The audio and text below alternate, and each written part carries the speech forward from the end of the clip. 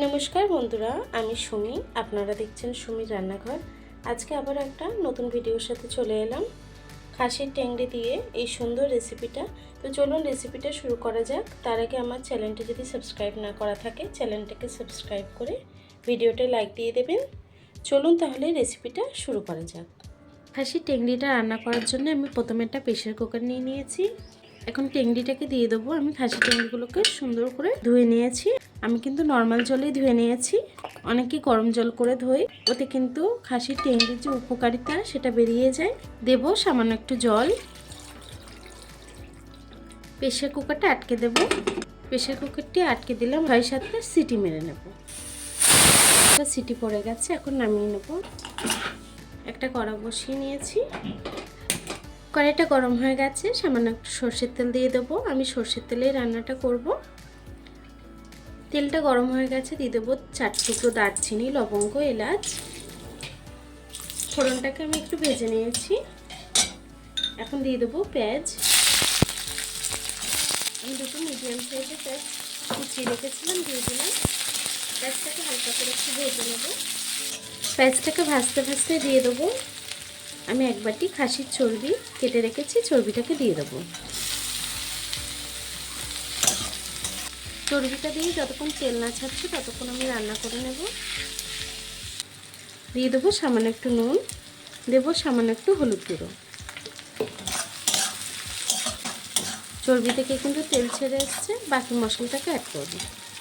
দিয়ে দিলাম পাকা টমেটো আর রসুন বাটা 2 চা চামচ, দেবো আদা বাটা 1/2 চা চামচ।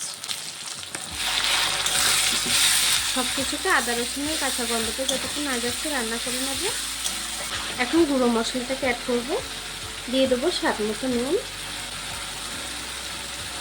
দিয়ে দেবো হলুদ গুঁড়ো 1.5 চা চামচ, দিয়ে দেবো ঝাল লঙ্কার গুঁড়ো 3 চা চামচ। আপনারা ঝালটা যতটা পছন্দ করেন সেই অনুযায়ী দেবেন। দিয়ে দেবো জিরের গুঁড়ো 2 চা চামচ। সব কিছুকে সুন্দর করে কষিয়ে রান্না করে নেবো যতক্ষণ তেল না ছাড়ছে ততক্ষণ। মশলাটা সুন্দর করে কষানো হয়ে গেছে, এখন আমি আলুটা দিয়ে দেবো।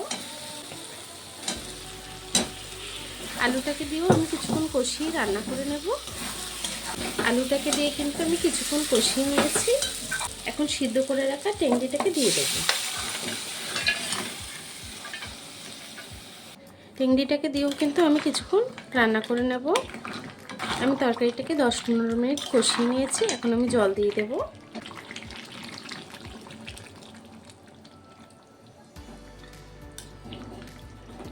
তরকারিটাকে আমি আরও কিছুক্ষণ রান্না করে নেব।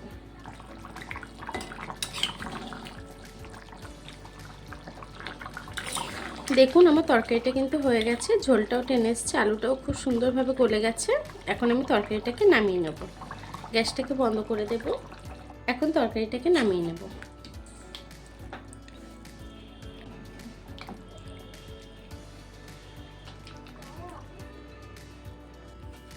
দেখুন বন্ধুরা, আমার খাসির টেংড়ির তরকারিটা কিন্তু হয়ে গেছে। আমার এই রেসিপিটা কেমন হয়েছে কমেন্ট বক্সে জানাবেন।